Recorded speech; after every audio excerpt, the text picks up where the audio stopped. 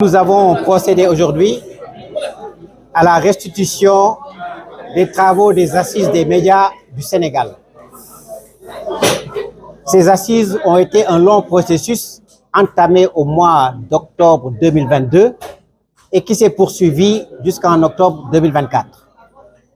Ce sont 6 commissions qui ont pris en charge l'ensemble des questions essentielles, en résumé liées aux questions institutionnelles et juridiques, la régulation notamment, au statut des personnels, à la condition des jeunes reporters, de tous les personnels qui effectivement sont dans le secteur.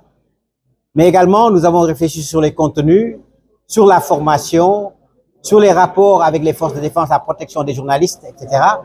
Et donc, nous avons abouti à une sorte un peu de rapport de synthèse de 95 pages qui a synthétisé les rapports des 6 commissions qui étaient de plus de 700 et quelques pages. Effectivement aussi, nous avons essayé de faire un plan d'action concret qui détermine ce que chacun doit faire ou dans quelle séquence en mettant des priorités. Donc, ça a été un exercice, il faut le dire, inclusif.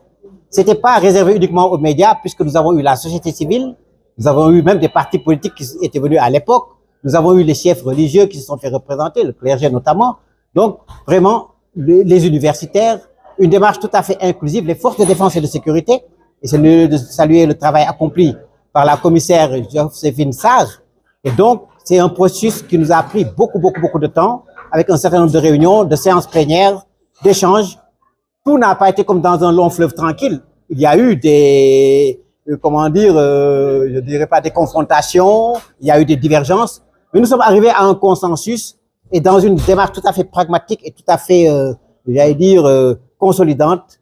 Nous avons proposé un document global qui veut véritablement aller vers un écosystème performant des médias au Sénégal. La question économique aussi, qui aujourd'hui, j'en suis sûr, chacun de vous le vit, vu les difficultés que nous vivons tous à l'heure actuelle, a été abordée avec des solutions, des pistes effectivement innombrables d'accompagnement des entreprises de presse, pas seulement au niveau financier, mais à divers niveaux, et notamment une revalorisation du fonds d'appui à la presse, dont une partie, et d'ailleurs la majorité, serait dédié à des projets plutôt qu'à des subventions comme ça directes.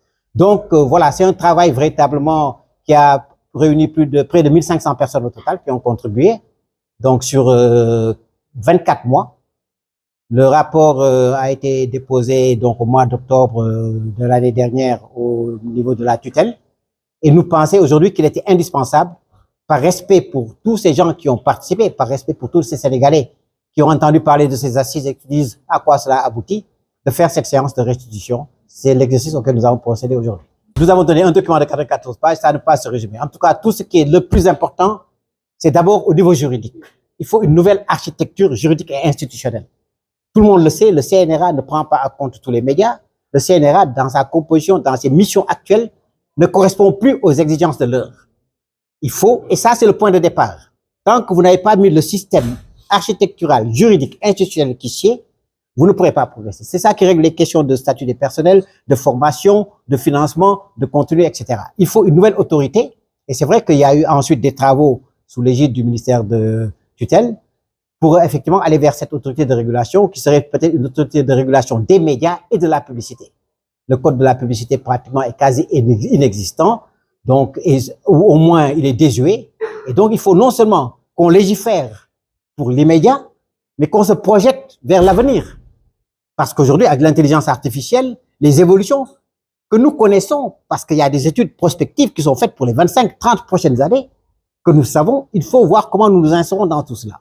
Également, je pense une question fondamentale, c'est très souvent on pense que les médias, c'est un secteur qui n'est pas rentable, ça c'est pas grand-chose, on s'en sert. Les médias sont un secteur fondamental dans tous les pays aujourd'hui dits développés.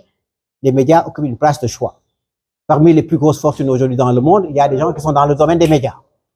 Parce que le média, la rentabilité des médias, elle est culturelle, elle est sociale, elle est morale, elle est intellectuelle.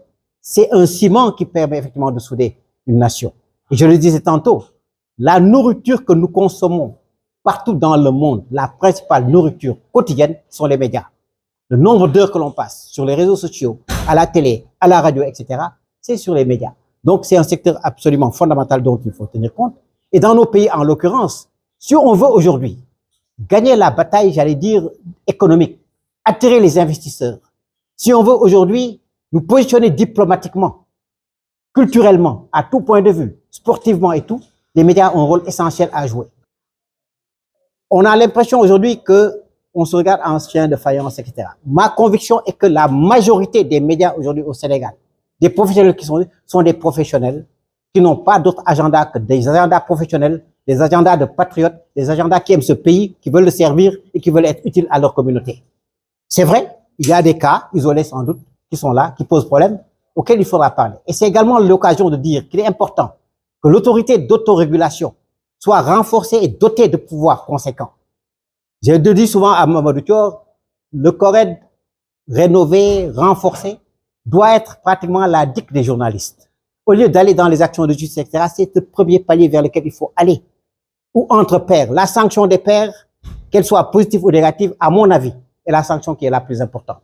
Donc, il y a tous ces aspects qu'on a pris en compte. La formation, on voit beaucoup d'écoles aujourd'hui qui se disent de formation. Tout le monde forme à la communication, tout ça. Il y a à boire et à manger. Nous avons effectivement mis en place des systèmes, des curricula, des choses véritablement tout à fait cadrées parmi les recommandations et qui permettront effectivement d'aller un peu de l'avant. Également au niveau des contenus aussi, qu'il y ait véritablement une part de production nationale. Et c'est vrai qu'il y a beaucoup d'efforts qui sont en train d'être faits aujourd'hui. Mais je crois fondamentalement que si on veut développer les industries culturelles, tout ce qui est lié aux jouets, prenez, on nous parle des monopolies. Pourquoi on ne pourrait pas un monopoly des villages du Sénégal? Pour ainsi de suite, ainsi de suite.